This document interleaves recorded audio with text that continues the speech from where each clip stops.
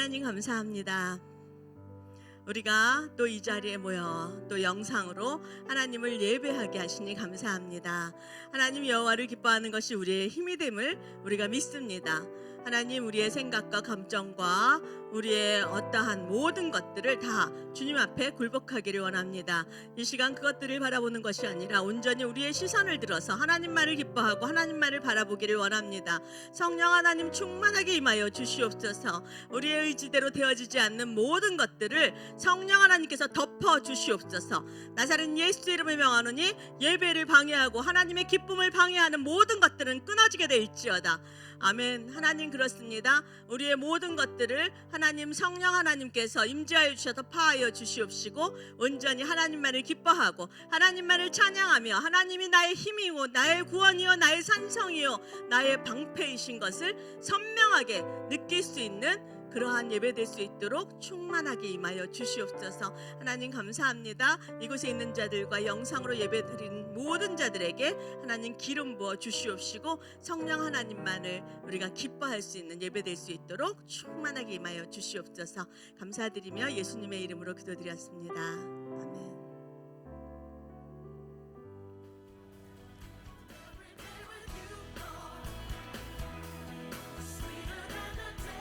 안녕하세요. 지난주일 청년부에서 성탄트리를 함께 장식했습니다. 앞에 보이시는 이 트리인데요. 덕분에 예배당이 환해지고 곧 성탄주일이 다가옴이 느껴져서 따스해지네요. 해마다 수고해주시는 청년 여러분 감사합니다. 네, 이어서 순전한 소식입니다. 예배 오신 모든 분들을 환영하며 축복합니다. 코로나19 상황에 위생수칙을 잘 지켜서 안전한 예배가 되도록 함께 노력합시다. 오늘 예배 직후에는 논의할 사항이 있습니다. 간단한 내용이니 성도 여러분 끝나시고 자리에 앉아주시기 바라겠습니다. 오늘 청소 후에 가지장 모임이 사역자실에서 있습니다. 순전한 교회 모든 영상은 유튜브 채널로 접속하여서 시청하실 수가 있습니다. 순전한 소식이었습니다.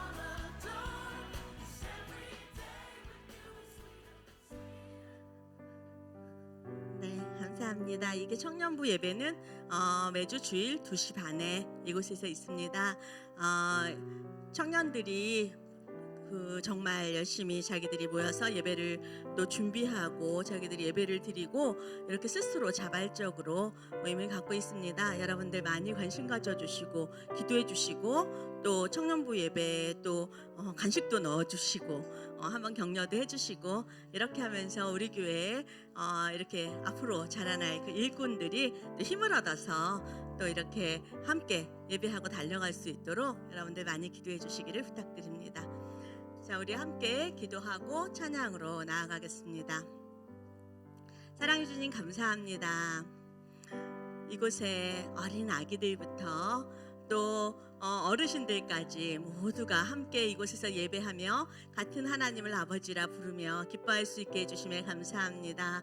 하나님, 작은 교회이지만 서로가 자기 맡은 역할들을 감당하고 서로 위로하고 서로 격려하고 서로 손잡아주고 이끌어주면서 하나의 공동체를 세워가고 순전한 교회를 세워가고 있습니다. 하나님, 이들을 축복하여 주시옵소서. 함께 격려하고 세워가는 이 모든 사람들의 그 손길에 하나님 풍성함이 마르지 않게 하시고 하나님, 이곳에 항상 하나님의 사랑이 흘러나고 하나님의 은혜가 넘쳐 흘러서 하나님 이곳을 밟는 모든 자들마다 하나님의 위로를 받게 될 것이며 하나님의 치유를 경험하게 될 것이며 하나님의 그 생명을 나눠 가질 수 있는 하나님 그러한 공동체 될 수 있도록 축복하여 주시옵소서.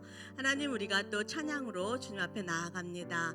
우리의 입술의 찬양만이 아니라 이것이 우리의 삶의 고백이 되게 하시고 우리 인생의 고백이 되게 하여 주시옵소서.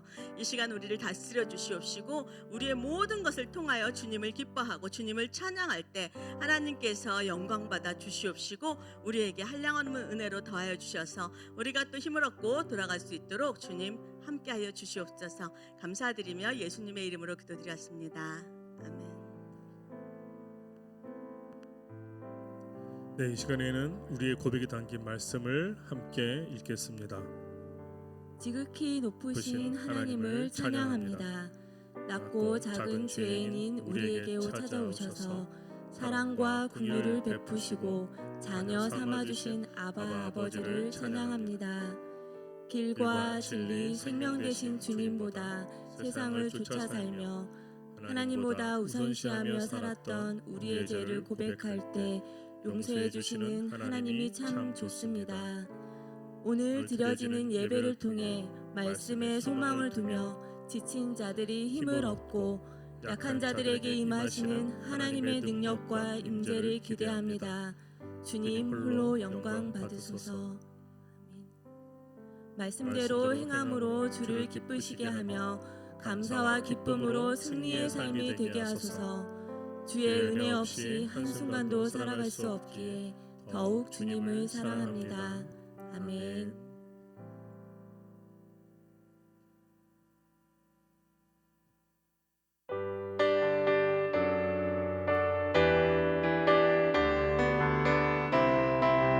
주 안에 있는 나에게 주 안에 있는 나에게 난 근심이 있으려 십자가 밑에 나아가 내 짐을 풀었네. 주님을 찬송하면서 할렐루야 할렐루야 내 앞길 멀고 험해도 나 주님만 따라 그 두려움이 변하여 그 두려움이 변하여 내 기도 되었고 전방의 한숨 변하여 내 노래 내 주는 자비하셔서 내 주는 자비하셔서 늘 함께 계시고 내 궁핍 하시고 늘 채워주시네. 주님을 찬송하면서 할렐루야 할렐루야 내 앞길 멀고 험해도 나 주님만 가 내 주와 맺은 언약을 내 주와 맺은 언약은 영불명하시니 그 나라 가기까지는 늘 보호하시하네. 주님을 찬송하면서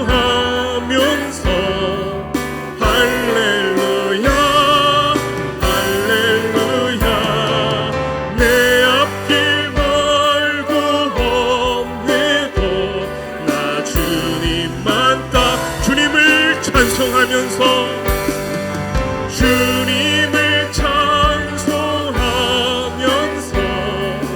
할렐루야 할렐루야 내 앞길 멀고 험해도 나 주님 한 번 더 후렴만 주님을 찬송하면서 주님을 찬송하면서 할렐루야 할렐루야 내 앞길 멀고 험해도 나 주님만 따라가리. 아멘.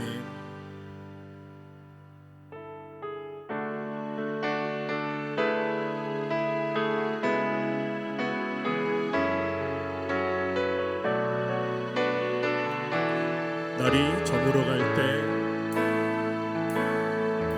날이 저물어 갈 때 빈들에서 걸을 때 그때가 하나님의 때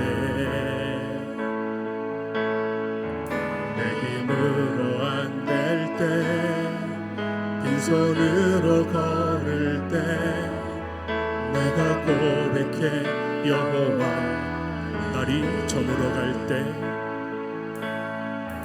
날이 저물어 갈 때 힘들에서 걸을 때 그때가 하나님의 때 아멘.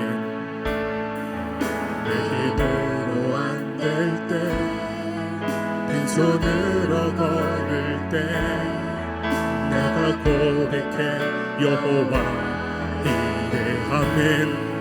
주가 일하시네 주가 일하시네 주가 일하시네 주께 아끼지 않는 자에게 주가 일하시네 주가 일하시네 신뢰하며 걷는 자에 우리 모인 이곳에 우리 모인 이곳에 주님 함께 계시네 누리네 아버지네 자고 덕과 물고기 내 모든 걸 드릴 때 모두 고백해 여호와 이래 아멘.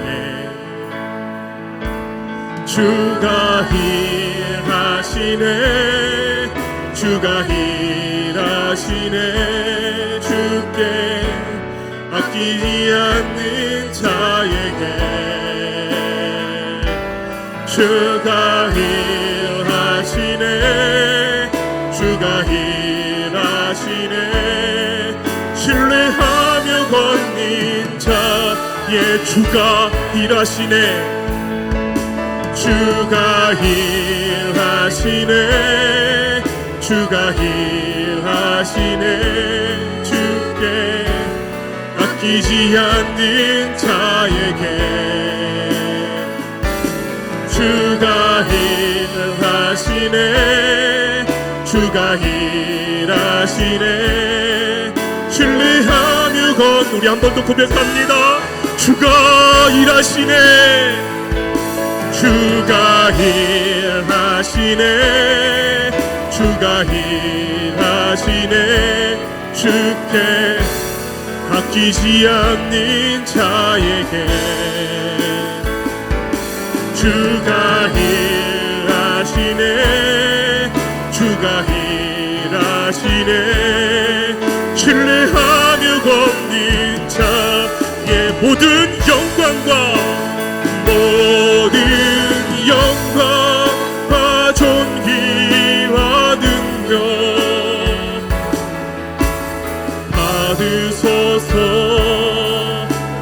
받으소서 영광과 존귀와 능력 받으소서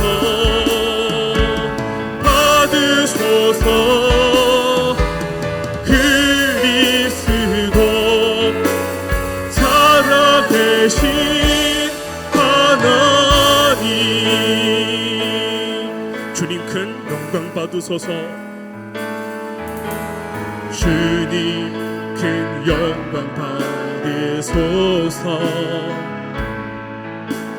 홀로 찬양 받으소서 모든 이름 위에 뛰어난 그 이름 온 땅과 하늘이 다 찬양해 겸손하게 우리 무릎 꿇고 주 이름 앞에 영광 돌리세 모두 절하세 독생자 예수 주님께 찬양 드리리 아멘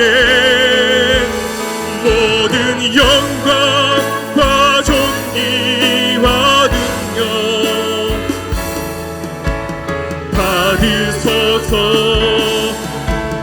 받으소서 영광과 존귀와 능력 받으소서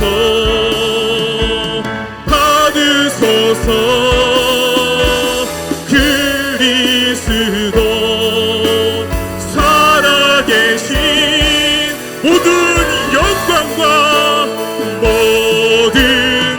영광과 존귀와 능력 받으소서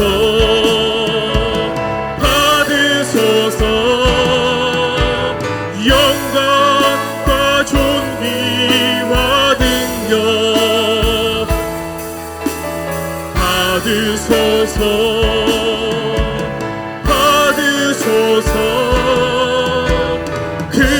그리스도 살아계신 하나님. 그리스도 살아계신 하나님이 우리 하나님이어서 정말 감사합니다. 하나님, 모든 영광과 존귀와 능력과 모든 것들을 홀로 받아 주시옵소서. 하나님, 이 시간에 하나님을 사랑하는 자들이, 하나님을 예배하는 자들이 또 주 앞에 나와 예배합니다. 또 빈손으로 나오지 않고 하나님 헌금을 준비했습니다. 하나님, 이 헌금을 주님께서 기뻐 받아주시고 이 헌금을 통하여서 하나님의 나라가 더 확장되고 하나님의 기쁘시고 영광이 드러나는 난 놀라운 일들이 많이 일어날 수 있도록 주님 축복하여 주시옵소서. 또한 하나님, 이 헌금과 함께 우리의 모든 것들을 주님 앞에 드립니다. 하나님, 우리 이곳에 있는 자들, 영상으로 예배드리는 모든 자들에게 기름 부어 주시옵소서. 한 사람 한 사람 주님 그 머리에 손 얹어 주시고 주님 축복하여 주시사 머리부터 발끝까지 주님께서 다스려 주시옵소서. 연약한 모든 육체가 주님으로 말미암아 힘을 얻게 될 것이며 치유함을 얻고 회복함을 잊게 될 것입니다. 또한 하나님을 통하여서 또 그 마음에 상한 자들이 또 힘을 얻고 새롭게 깨어나 일어나게 되고 하나님을 위하여 달려가 군사가 될 것입니다. 하나님, 이 사람들을 주님 축복하여 주시고 주님께서 받아 주시옵소서. 주님께 물질을 드릴 때 하나님 그 손에 풍성함이 마르지 않게 하시고 하나님이 공급하시는 그 공급함으로 넉넉하게 살아갈 수 있도록 주님 축복하여 주시옵소서. 하나님, 오늘도 말씀 앞에 섭니다. 하나님, 주님께서 축복하여 주시사 성령 하나님께서 주장하여 주시고 이들에게 또 하나님의 말씀을 또 하나님께서 친히 말씀하여 주시고 선포하여 주시사 이들의 마음밭에 심기어지게 하시고 말씀을 통하여서 새롭게 깨어나는 하나님 그러한 시간 될 수 있도록 주여 은혜 내려 주시옵소서. 감사드리며 예수님의 이름으로 기도드렸습니다. 아멘.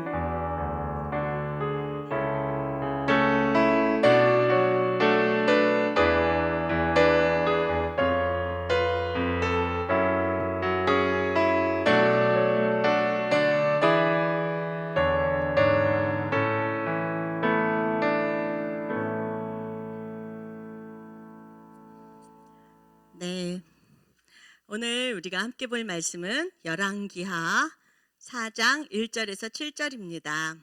제가 가진 성경책은 564쪽입니다. 열왕기하 4장 1절에서 7절까지 말씀입니다.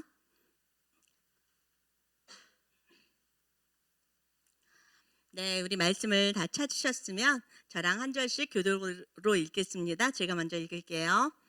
선지자의 제자들의 아내 중에 한 여인이 엘리사에게 부르짖어 이르되 당신의 종 나의 남편이 이미 죽었는데 당신의 종이 여호와를 경외한 줄은 당신이 아시는 바니이다. 이제 빚준 사람이 와서 나의 두 아이를 데려가 그의 종을 삼고자 하나이다 하니 엘리사가 그에게 이르되 내가 너를 위하여 어떻게 하랴 내 집에 무엇이 있는지 내게 말하라. 그가 이르되 계집종의 집에 기름 한 그릇 외에는 아무것도 없나이다 하니 이르되 너는 밖에 나가서 모든 이웃에게 그릇을 빌리라. 빈 그릇을 빌리되 조금 빌리지 말고 너는 내 두 아들과 함께 들어가서 문을 닫고 그 모든 그릇에 기름을 부어서 차는 대로 옮겨 놓으라 하니라. 여인이 물러가서 그의 두 아들과 함께 문을 닫은 후에 그들은 그릇을 그에게로 가져오고 그는 부었더니 그릇에 다 찬지라. 여인이 아들에게 이르되 또 그릇을 내게로 가져오라 하니 아들이 이르되 다른 그릇이 없나이다 하니 기름이 곧 그쳤더라. 함께 읽겠습니다. 그 여인이 하나님의 사람에게 나아가서 말하니 그가 이르되 너는 가서 기름을 팔아 빚을 갚고 남은 것으로 너와 내 두 아들이 생활하라 하였더라. 아멘. 여러분 혹시 운전하는 거 좋아하세요? 어떤 분들은요, 운전하는 거를 너무 싫어해요. 그래서 자기는 운전만 안 시켜주면 다른 건 다 하겠다. 이런 사람도 있어요. 그런데 또 반대로 어떤 사람들은요, 운전하는 것을 굉장히 좋아하고 즐겨하고 혼자 또 드라이브 하는 거를 굉장히 좋아하기도 합니다. 저도 그런 사람이에요. 그런데 사람들마다 그거는 자기의 취향이죠. 운전을 싫어하는 사람이든 운전을 좋아하는 사람이든 왜 싫어하는지 왜 좋아하는지 이유가 있잖아요. 제가 얼마 전에요, 인터넷에서 어떤 여자가 쓴 글인데요, 어떤 글을 보고 재밌어서 푹 웃었어요. 그분이 자기가 운전을 좋아하는 이유에 대해서 썼는데요, 그 중에 하나가 이거였어요.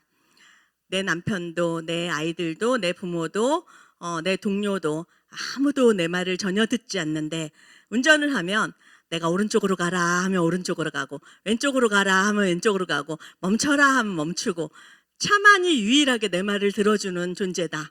그래서 나는 내 맘대로 조종할 수 있는 차가 너무 좋아서 운전하는 게 좋다. 이렇게 얘기를 하더라고요. 그래서 내가 너무 재밌어서 웃었는데 생각을 해보니까 이 말이 진짜구나 이런 생각이 들었어요. 보니까 내 말대로 움직여주는 사람 아무도 없더라고요. 그렇죠? 내 맘대로 되어지는 것이 아무것도 없다. 이렇게 생각하며 또 내 맘대로 세상이 되어지지가 않잖아요. 정도의 차이는 있지만 누구든지 이 말을 무슨 말인지 공감을 할 것 같아요. 그런데요, 세상은 이렇게 내 맘대로 되지 않는데 이것은 긍정적인 표현보다는 부정적인 표현으로 많이 사용이 되는 거죠. 왜냐하면 내 맘대로 되지 않으니까 뭔가 불편하고 힘들고 어려운 거예요. 그러면 이 내 맘대로 되지 않는 상황이 이렇게 운전 정도, 뭐 요 정도, 자녀가 말을 안 듣는 정도 이렇게 하면 괜찮은데 이게 정말 나에게 인생의 큰 문제 앞에 있을 때 또 내가 어찌할 수 없는 무력감과 한계를 만났을 때 이때 내 맘대로 되지 않는다. 이것이 굉장히 또 절망이 되고 또 힘든 조건이 될 수도 있습니다. 그러면 우리가 그런 상황에서 어떻게 살아야 될까? 그리스도인으로서 내 맘대로 되지 않는 상황은 어떤 상황이며 어떻게 살아야 될까? 이런 생각을 했습니다. 그러다가 오늘 본문을 보니까 정말 자기 맘대로 하나도 할 수 없는, 선택을 할 수 없는 그런 여인의 삶이 오늘 나오고 있는 거예요. 오늘 본문의 여인을 보니까요, 주인공이 된 여인을 보니까 참 상황이 너무 딱하다 못해 참담하다 생각이 듭니다. 이 여인은 우리가 잘 아는 것처럼 남편이 먼저 세상을 떠났습니다. 근데 그 남편이 빚을 잔뜩 남겨놓고 간 거죠. 근데 자신은 빚을 갚을 능력이 없어요.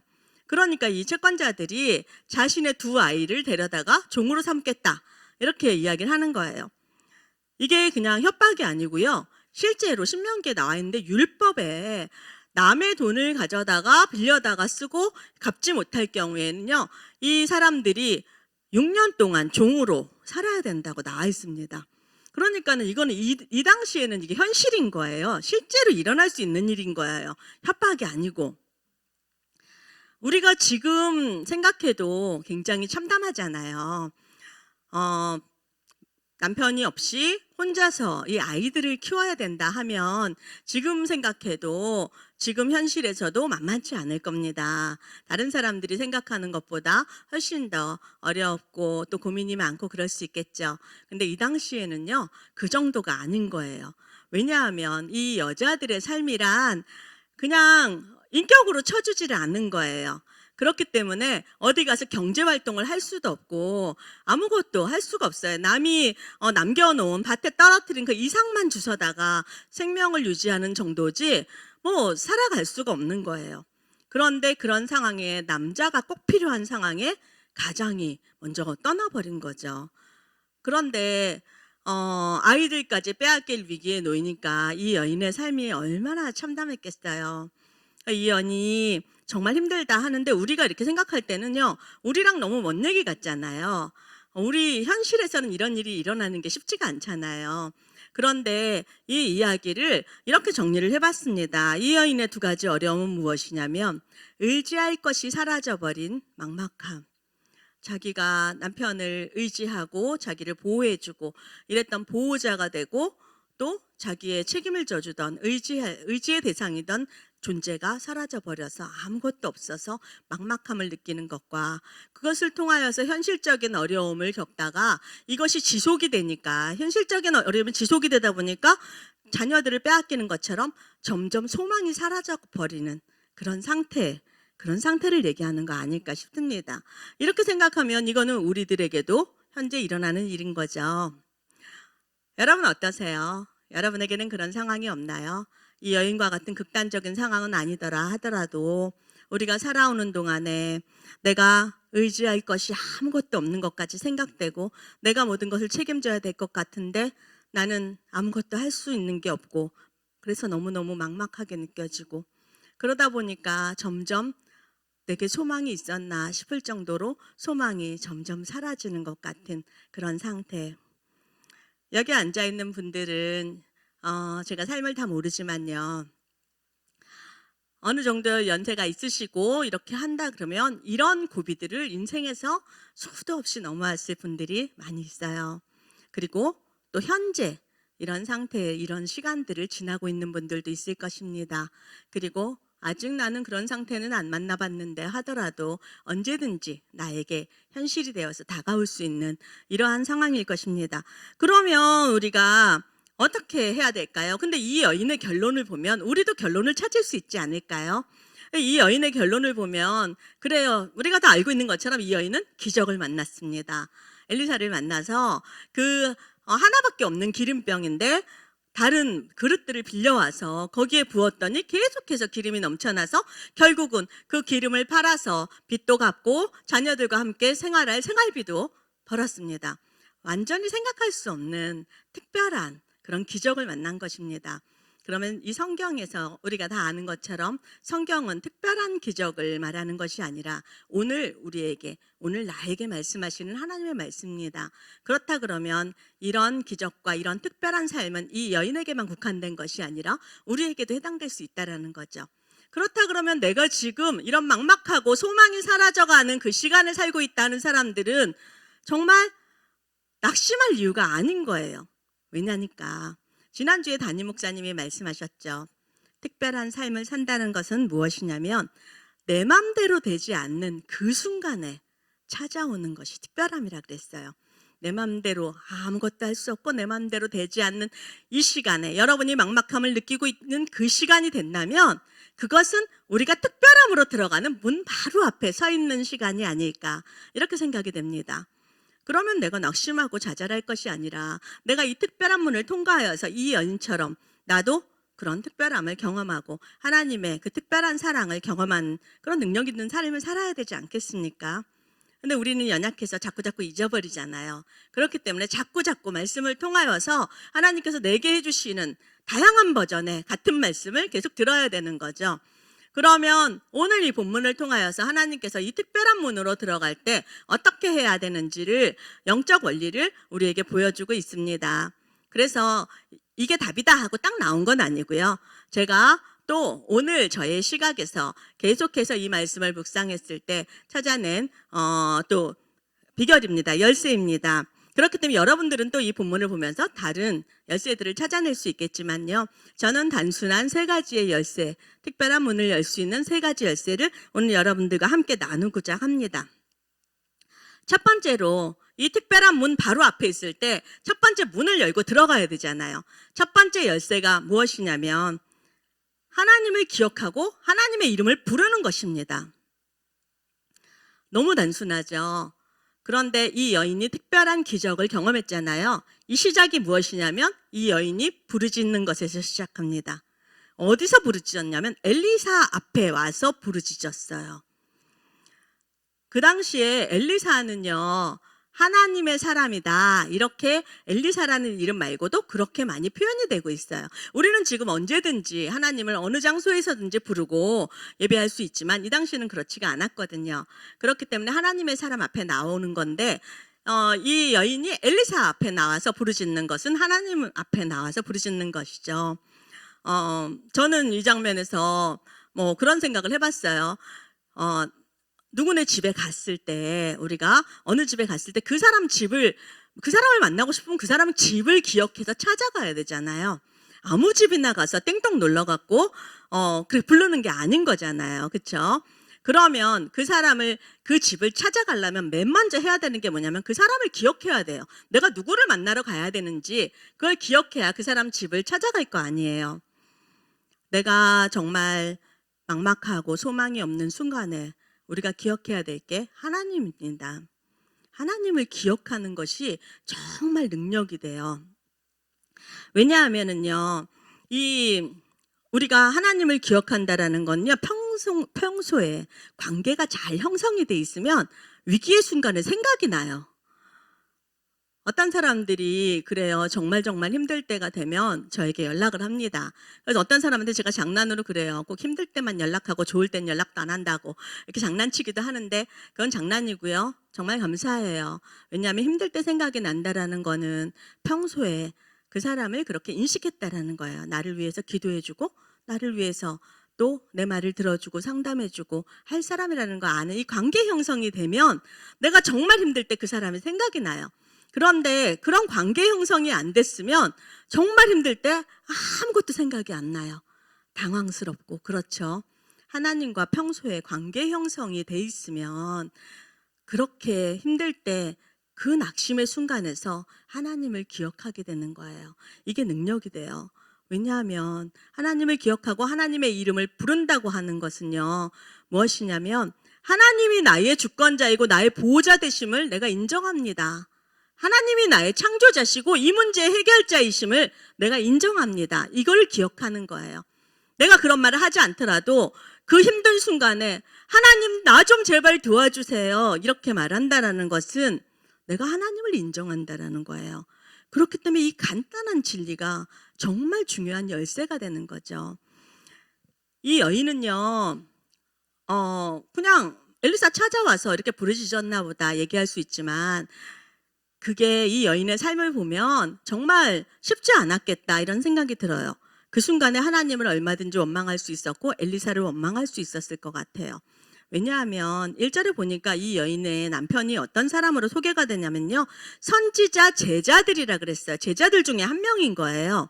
선지자 제자들 중에 한 명이고 특별히 하나님을 경외하던 것을 엘리사도 알 정도로 하나님을 특별하게 경외하던 사람이었다. 이렇게 이야기를 하고 있어요.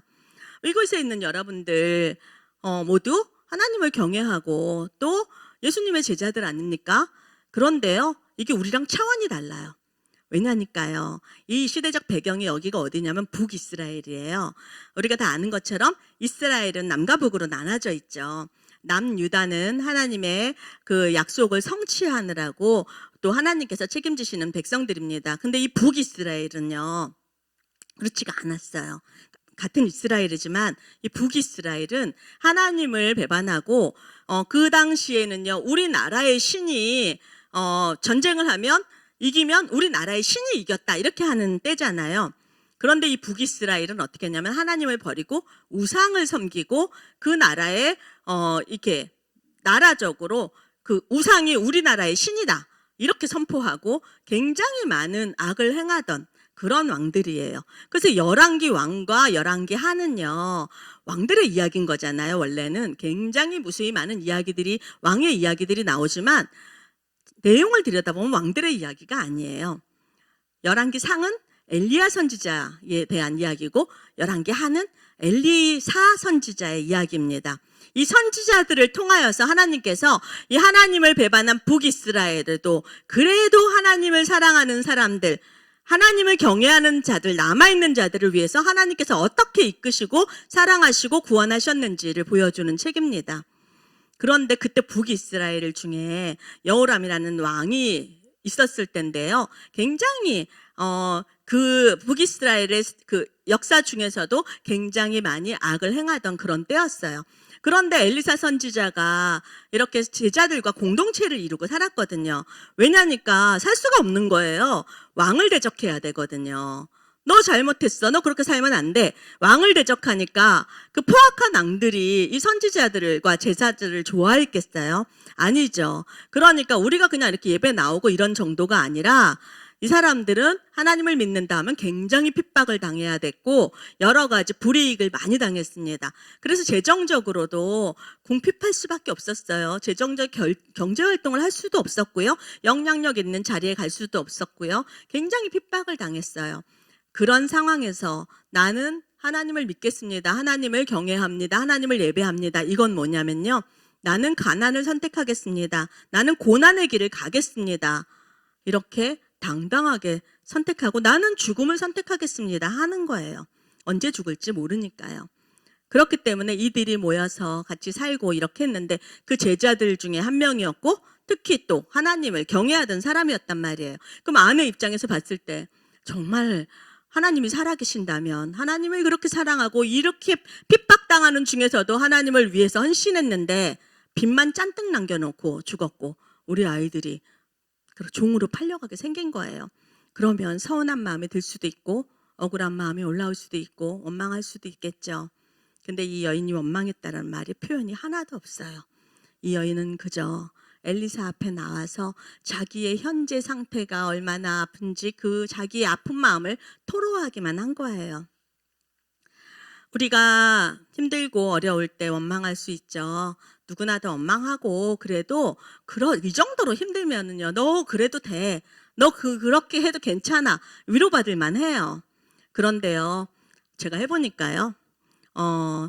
결국은 하나님께서 우리를 이겨주시잖아요. 결국은 우리가 특별한 삶을 살게 해주시잖아요. 그때 그렇게 됐을 때 뒤돌아보면은요. 원망하고 그렇게 불평하고 했던 시간들이 참 부끄러워지더라고요. 근데 제가 맨날 부끄러워져 놓고 맨날 똑같이 해요.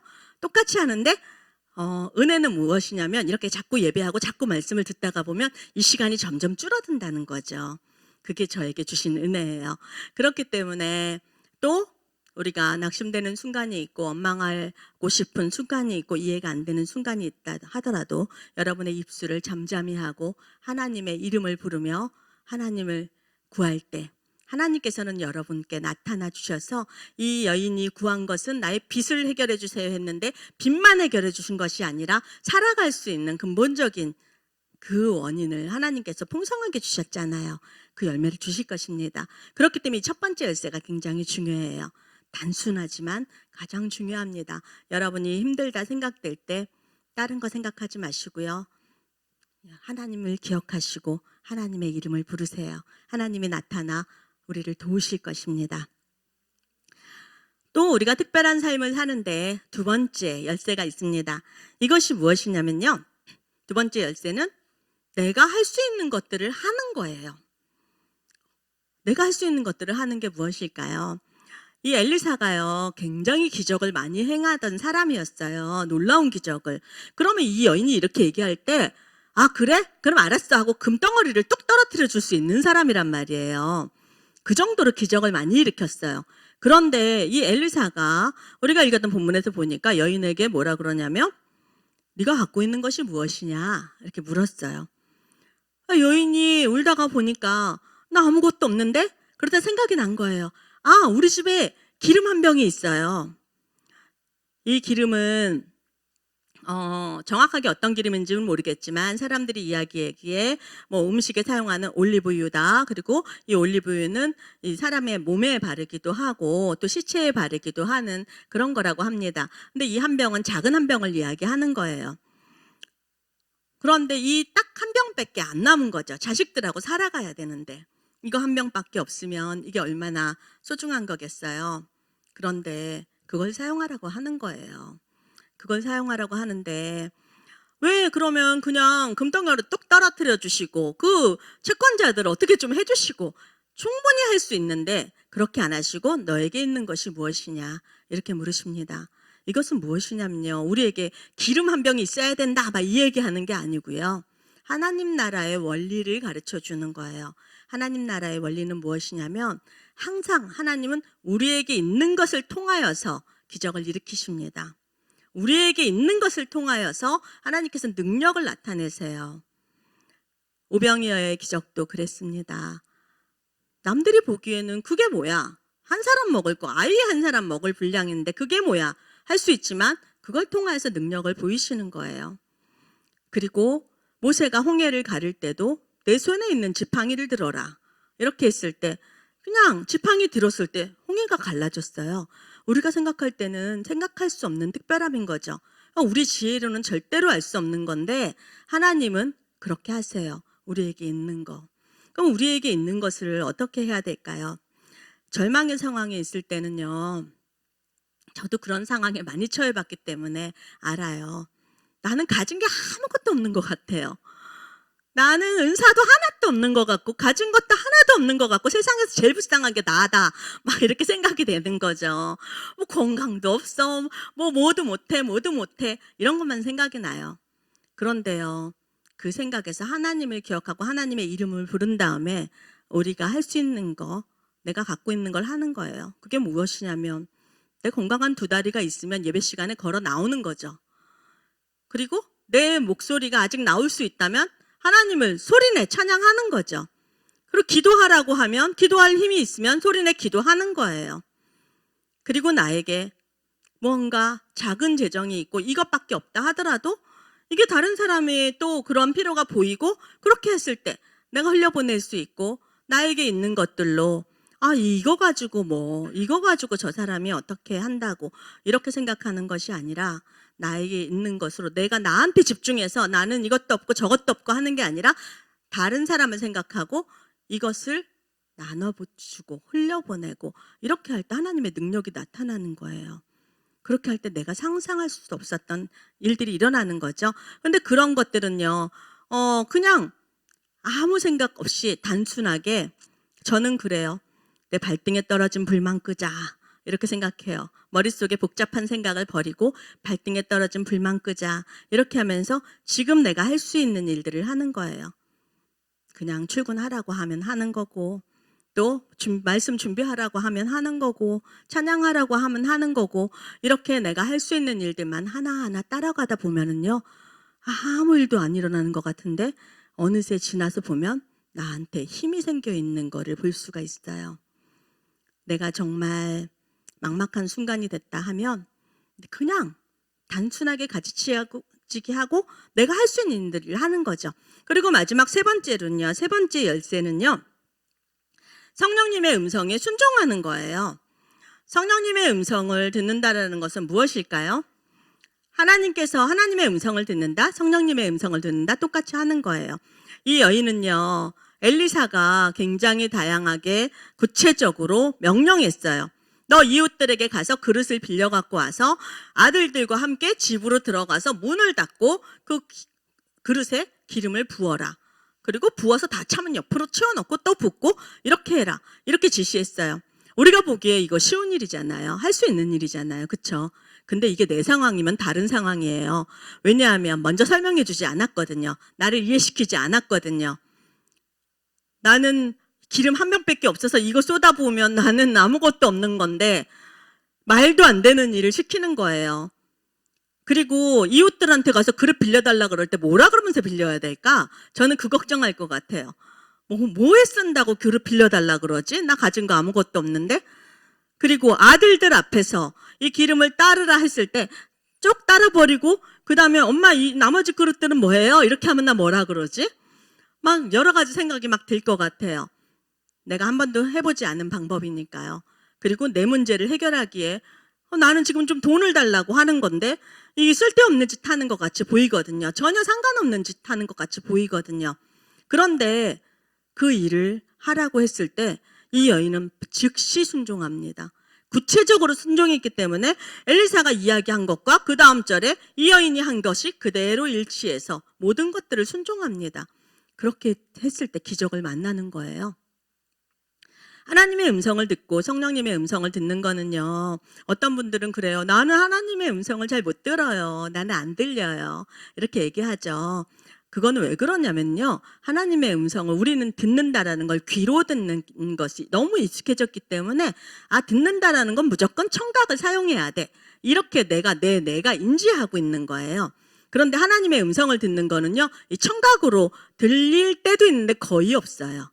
청각으로 이렇게 들릴 때는 거의 없고요. 어쩔 때는 굉장히 큰 깨달음으로 내가 평소에 생각하지 않았던 큰 깨달음으로 올 때도 있고요. 어쩔 때는 주변 사람들을 통하여서 내가 깨달을 때까지 반복해서 계속해서 같은 말을 듣게 합니다. 그리고 어쩔 때는요. 아주 미세한 음성으로 내 마음에 자꾸 생각이 나는 거예요. 너무 미세해서 내가 그냥 지나쳐버려도 그냥 사라지는 거예요. 근데 나는 자꾸 그게 신경이 쓰여요. 이게 하나님 음성인지도 모르는데 너무 미세해서. 근데 그런 것들이 성령이 주시는 음성인 거예요.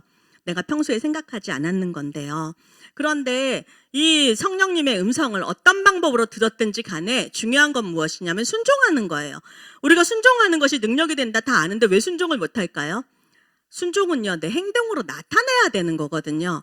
그냥 설교를 듣고 나서 네, 아멘, 알겠습니다. 이런 건 순종이 아닌 거예요. 순종은 내 믿음을 내 행동으로 보여주는 것이 순종이에요. 그게 믿음이에요.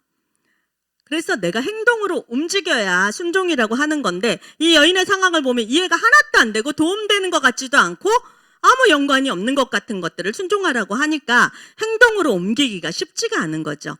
그런데 하나님께서는 그렇게 행동으로 옮겨라. 그것을 순종이다 얘기해 주십니다. 이렇게 순종할 때 나는 지금 재정을 위해서 애쓴다 그러면 적어도 조언을 너 지금 누구네 집에 가서 알바를 시작하고 누구네 집에 내가 연락해 줄 테니까 그 집에 직원으로 취직해서 이렇게 돈 벌어. 이렇게 얘기해 주면 얼마나 순종이 쉬울까요? 근데 그게 아니에요. 난 재정에 대해서 하나님한테 기도했는데 전혀 엉뚱한 순종을 시킬 수 있어요. 나는 관계에 대해서 하나님께 기도했는데 전혀 다른 섬김에 대해서 또 재정에 대해서 흘려보내라고 하나님께서 말씀하실 수도 있는 거예요. 그 미세한 음성을 듣고 하는 것이 나에게 능력이 되고 특별한 삶을 살게 되는 비결이 되는 것입니다. 이 세 가지 여러분들 어려운 건가요? 모르던 건가요? 아니죠. 다 알고 있고 너무너무 쉬운 거예요. 프렌드에서도 아이들도 아마 이렇게 얘기하면 알아들을 거예요. 그런데 이게 왜 어려울까요? 우리가 순종하는 습관이 안 돼 있어요. 왜냐하면 우리의 본성은 죄인이거든요. 그렇게 이겨먹으려고 해요. 그렇게 거스리려고 해요. 내가 이해 안 되면 나를 이해시켜 주세요. 내 이해를 하면 내가 움직이지. 진작 그렇게 설명했으면 내가 하지. 이런 말들을 우리는 너무 끊임없이 반복하고 있는 거예요. 근데 하나님은 이해되기 전에 네가 다 동의되기 전에 네가 그렇게 행동으로 순종해라. 그러면 내가 너를 위해서 특별한 그런 은혜를 너에게 줄게 말하고 초청하고 계시는 것입니다. 우리 삶에 우리가 생각해보면 이런 일들이 왜 없겠어요? 정말 많죠. 오늘 제가 이 자리 성게 수술하러 병원에 들어가기 바로 전날 이 자리에 설교하고 그리고 5주 만에 이 자리에 다시 섰습니다. 그때 제가 여러분에게 말씀드렸던 것처럼 저는 굉장히 큰 두려움이 있었고 큰 씨름이 있었어요. 무엇이냐면 물론 수술하러 들어가는 거 너무너무 싫죠. 아기를 한번 낳아본 사람들이 둘째, 셋째 날 때 더 겁나는 것처럼 수술을 해봤기 때문에 그 이후의 고통이 어떨지 회복의 고통이 어떤 건지 알기 때문에 너무 싫었어요. 근데 그거는 나 혼자 감당하면 되는 거니까 시간이 지나면 해결이 될 거니까 이건 괜찮았는데 여러분 우리가 다 알고 있는 것처럼 제가 우리 교회에 전도사님이 결혼 때문에 딱 사임하고 나서 그 다음날 병원에 갔다가 지금 당장 수술 안 하면 큰일 난다 이 소리를 듣게 된 거예요.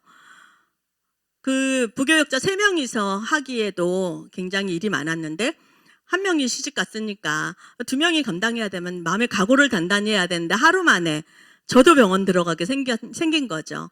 그러니까 같이 일하는 사역자들한테도 너무 미안했고 우리 성도들한테도 교회에도 너무너무 힘들었어요.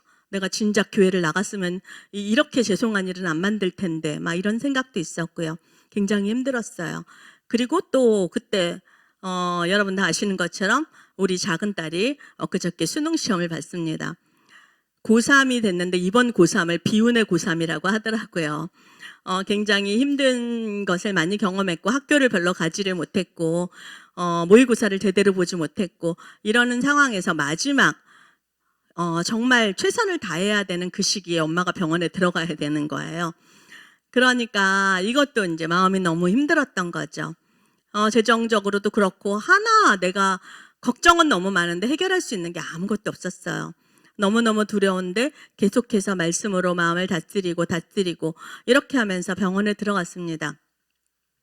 근데 막상 수술이 끝나고 나서 이제 집중치료실에서 이제 깼는데요. 보니까 양쪽 팔, 양쪽 다리에다가 다 줄들을 주렁주렁 다 달아놨더라고요.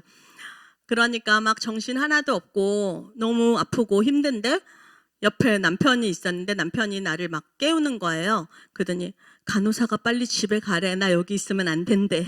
이렇게 이야기를 하는 거예요. 코로나 때문에 보호자도 옆에 있지를 못하게 하는 거예요.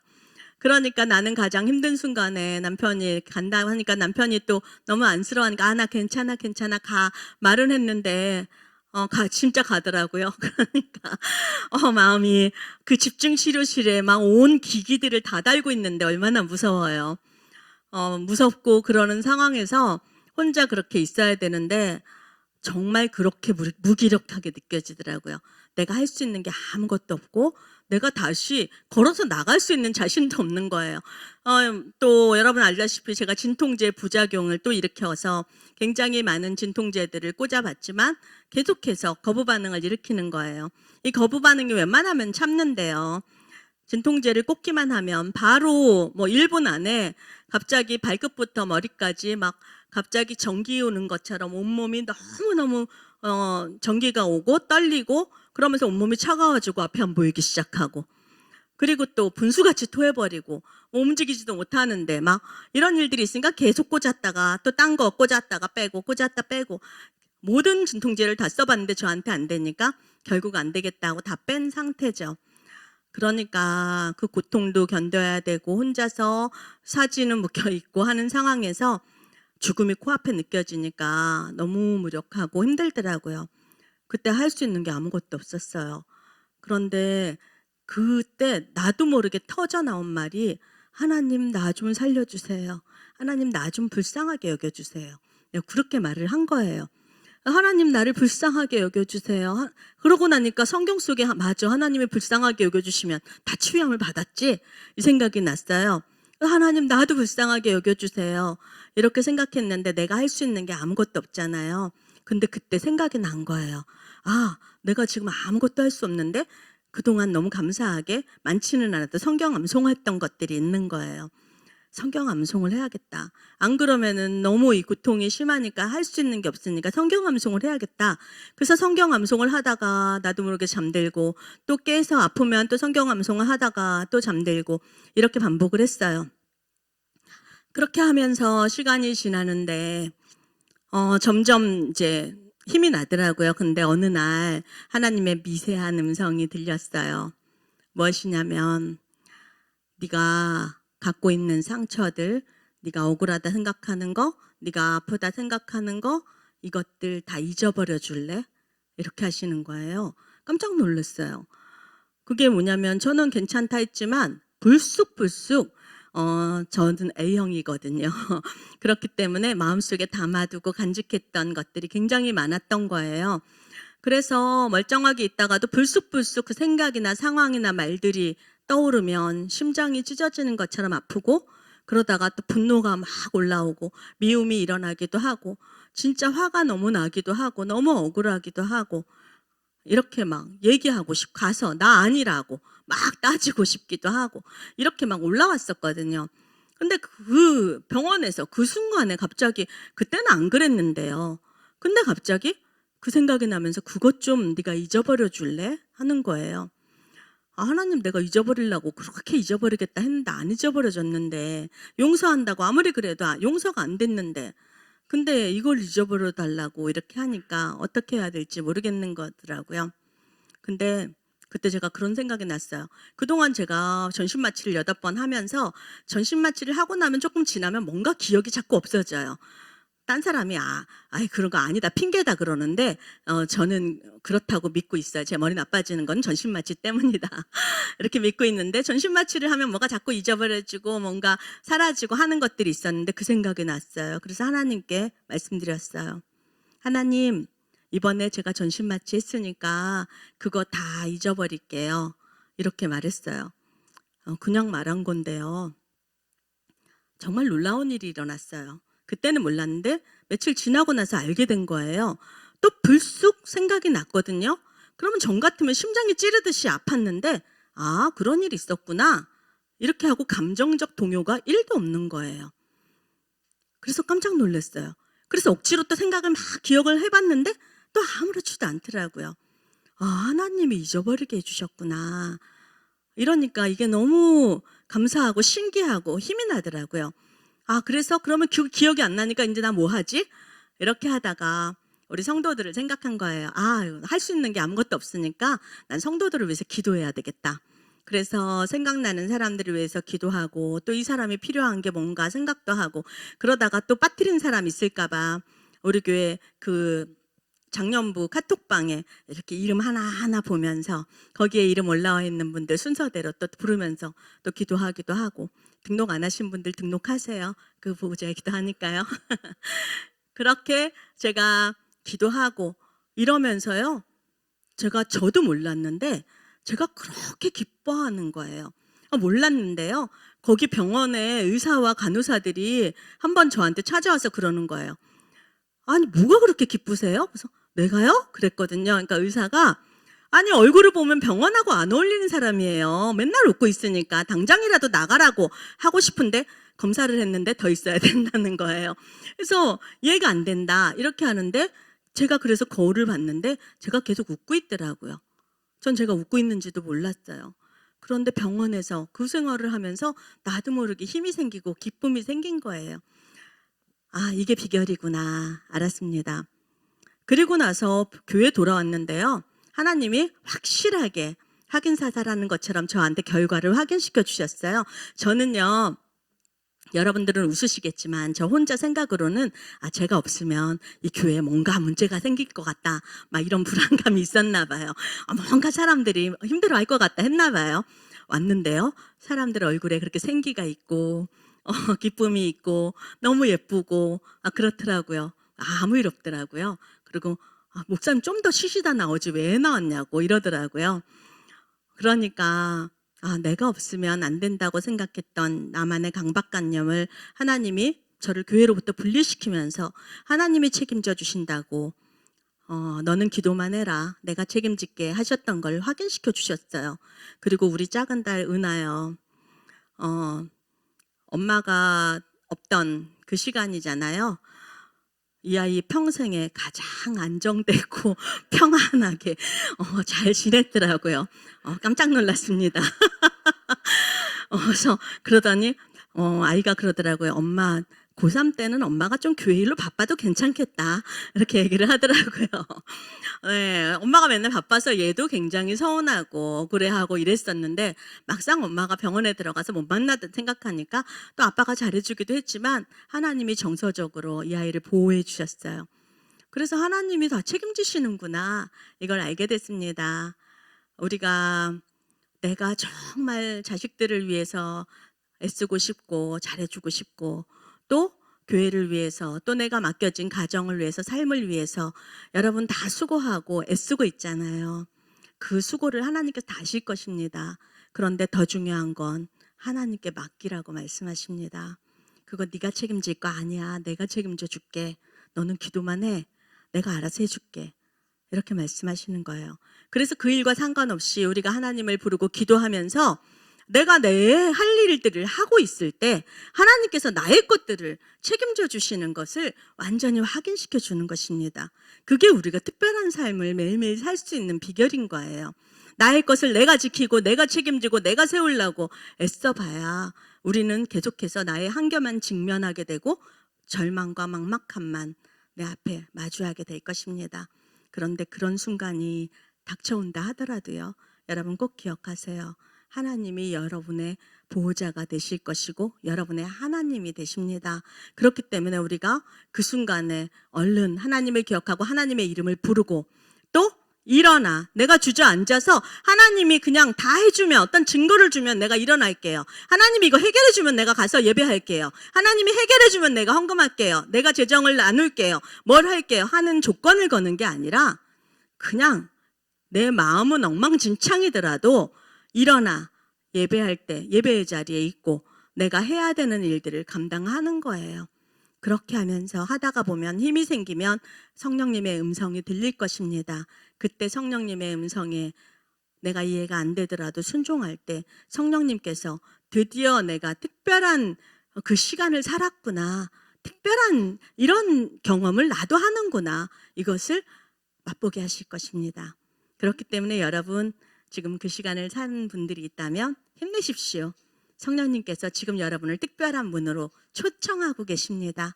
또 앞으로 여러분이 만난다 할지라도 두려워하지 마세요. 성령님께서 여러분을 반드시 특별한 삶으로 당당하게 승리할 수 있게 성령님께서 그렇게 인도하실 것입니다. 우리는 그 성령님을 의지하면서 우리 두려워하지 말고 우리 찬양하면서 또 하나님을 높였으면 좋겠습니다. 찬양하겠습니다.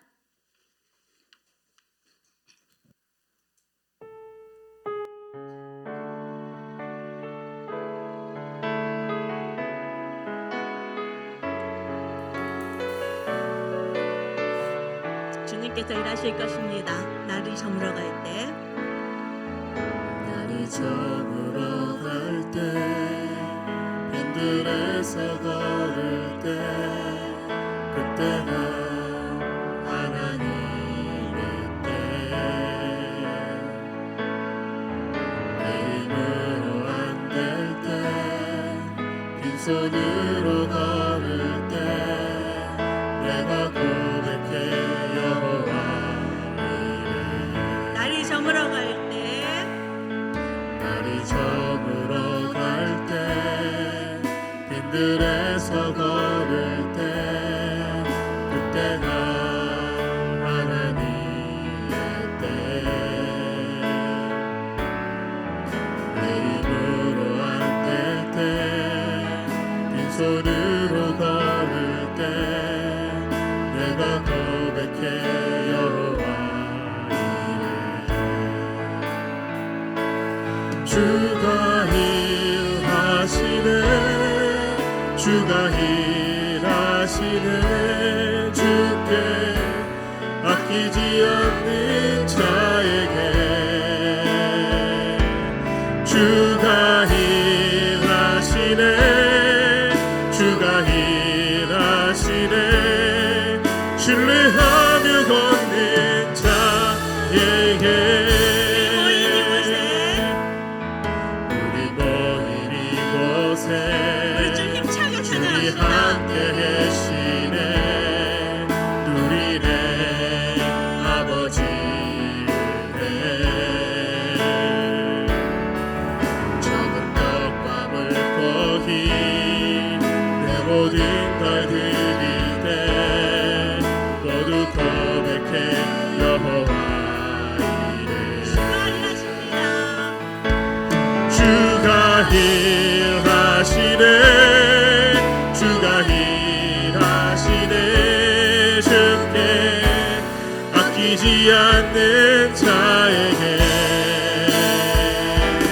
주가 일하시네, 주가 일하시네. 신뢰하며 걷는 자에게 주가 일하시네, 주가 일하시네. 주께 아끼지 않는 자에게 주가 일하시네, 주가 일하시네. 신뢰하며 걷는 자에게. 그렇습니다. 우리가 기도할 때 이 응답은 하나님의 약속에 근거하여서 하나님께서 응답해 주시는 것입니다. 하나님께서 일해 주시겠다고 약속해 주셨습니다. 어떤 자들에게요? 하나님을 신뢰하면서 걷는 자들에게, 하나님의 이름을 부르는 자들에게 환난 날에 나를 부르라 내가 너를 영화롭게 하리라 하나님께서 말씀하셨어요. 하나님을 부르고 하나님을 찾는 자들에게, 하나님께 자신의 작은 것들을 드리는 자들에게, 그리고 하나님을 신뢰하면서 걸어가는 자들에게 하나님께서 일하시겠다고 약속하셨습니다. 여러분 무엇이 없습니까? 여러분께서 무엇이 없어서 하나님께 기도하지 못할 이유가 있습니까? 아무것도 없을 것입니다. 우리 하나님을 신뢰합시다. 나를 볼 때 아무 소망이 없다 할지라도 그것이 오히려 능력이 될 것입니다. 왜냐하면 내가 아무 소망이 없기 때문에 그때부터 하나님이 하시는 것이기 때문일 것입니다. 내가 할 수 있는 것이 아무것도 없기 때문에 그때부터 하나님이 하셨다는 것을 확실하게 내가 증거할 수 있기 때문입니다. 조금이라도 나의 힘이 남았다면 내가 했다고, 내가 이걸 했다고 내가 그렇게 자랑하는 자이기 때문에 나에게 아무 소망이 없다라는 것은 이제부터 하나님이 나를 통해서 영광 받으실 때가 됐다라는 것을 나타내는 것입니다. 그렇기 때문에 여러분 아무것도 두려워하지 마시고 지금 여러분의 상황을 바라보지 마시고 하나님을 바라보시면서, 하나님 내가 여기 있습니다. 내가 하나님을 바라보겠습니다. 내가 하나님을 신뢰합니다. 하나님 나를 이끌어 주십시오. 나를 다스려 주십시오. 나를 통하여서 하나님의 영광을 드러내십시오. 우리 하나님의 이름을 부르면서 우리 함께 기도하겠습니다. 주님, 주님, 그렇습니다. 주님 그렇습니다. 주님을 신뢰하는 자에게 주님 앞에 나타나시고 일하시는 하나님을 주님을 찬양합니다. 바라보게 하옵소서. 주님 하나님의 이름을 아버지 하나님, 우리 중심이 아버지 앞에 주님을 바라보나이다. 저놈에 있는 아버지 하나님, 저희 가운데 있는 어려움을 보는 것이 아니라 크고 높으신 하나님을 바라봅니다. 하나님의 아름다우심을 바라봅니다. 우리의 상황을 바라본다. 주님의 일하심을 의지하고 일하심을 신뢰하며 삶 가운데 잘 걸어가는 고백합니다. 하나님이 우리에게 기름 부어주시고 임하시옵소서. 주님과 일하시는 하나님 그것들을 목도하게 주님 하시옵소서. 하나님께서 일하여 주시옵소서. 주님 일하시옵소서. 주님을 찬양합니다. 주님 감사합니다. 정말 우리에게 소망이 없고 우리가 아무것도 할 수 없는 순간이 우리가 무엇이 잘못된 것 같고 내가 무엇을 실패한 것 같고 실수한 것 같고, 그래서 하나님 눌림이 되고 절망이 되고 또 그것이 외로움이 될 때가 있습니다. 그렇지만 하나님 그럴 때마다 우리를 다시 불러주시고 우리를 손잡아 주시고 일으켜 주시는 주님을 찬양합니다. 하나님이 계시기 때문에 우리는 아무 걱정할 것이 없음을 선포합니다. 하나님께서 우리를 위하여 일해 주시니 우리는 반드시 승리할 수밖에 없는 자임을 선포합니다. 하나님 이곳에 있는 자들에게 주님 기름 부어 주시옵소서. 하나님 이들의 상황을 주님께서 누구보다도 잘 아십니다. 하나님 내 상황이 너무나도 어렵고 버겁고 내가 할 수 있는 것이 아무것도 없다 생각되는 자들에게 주여 주의 빛을 비춰 주시옵소서. 그리하여서 하나님의 빛으로 하나님 나아가오게 하여 주시옵소서. 하나님의 이름을 부르고 하나님께서 주셨던 것들을 감사하면서 한 걸음 한 걸음 걸어갈 때 내가 생각지도 못한 방법으로 생각지도 못한 때 하나님께서 아름답게 일하시고 영광 받으실 것을 우리가 기대합니다. 하나님 그 일들을 우리가 선명히 볼 수 있도록 우리를 통하여 일하여 주시옵소서. 하나님 이들이 기도 제목들이 있습니다. 우리가 무엇을 해줄 수도 없고 우리가 어떻게 도와줄 수도 없는 부분들도 굉장히 많이 있습니다. 그렇지만 하나님이 우리의 하나님이어서 너무너무 감사합니다. 하나님 우리의 하나님 되신 하나님, 하나님 이분들에게 찾아가 주셔서 하나님 이분들의 갈급함을 채워 주시옵소서. 목마름을 채워 주시옵소서. 그리하여서 하나님이 나의 하나님이기 때문에 난 아무것도 부족함이 없습니다. 이렇게 고백하며 힘있게 살아가는 그리스도인들 될 수 있도록 주여 은혜 내려 주시옵소서. 오늘도 우리를 위하여 일하여 주시는 주님을 찬양하며 감사드립니다. 하나님 홀로 영광 받아 주시옵소서. 이제는 우리 주 예수 그리스도의 은혜와 하나님 아버지의 크신 사랑하심과 성령 하나님의 함께 해주시는 은혜가 오늘도 하나님이 나와 동행하시고 나를 절대로 포기하지 않으시고 나를 일으켜 주시고 회복시켜 주시는 그 하나님을 믿고 신뢰함으로 하나님께서 보여주시는 그 길을 걸어가겠노라고 고백하고 결단하는 이들 가운데와 또 이들의 가정과 또 우리 순전한 교회와 이 지역과 열방 가운데 지금부터 영원히 함께 하시기를 간절히 축원하옵나이다.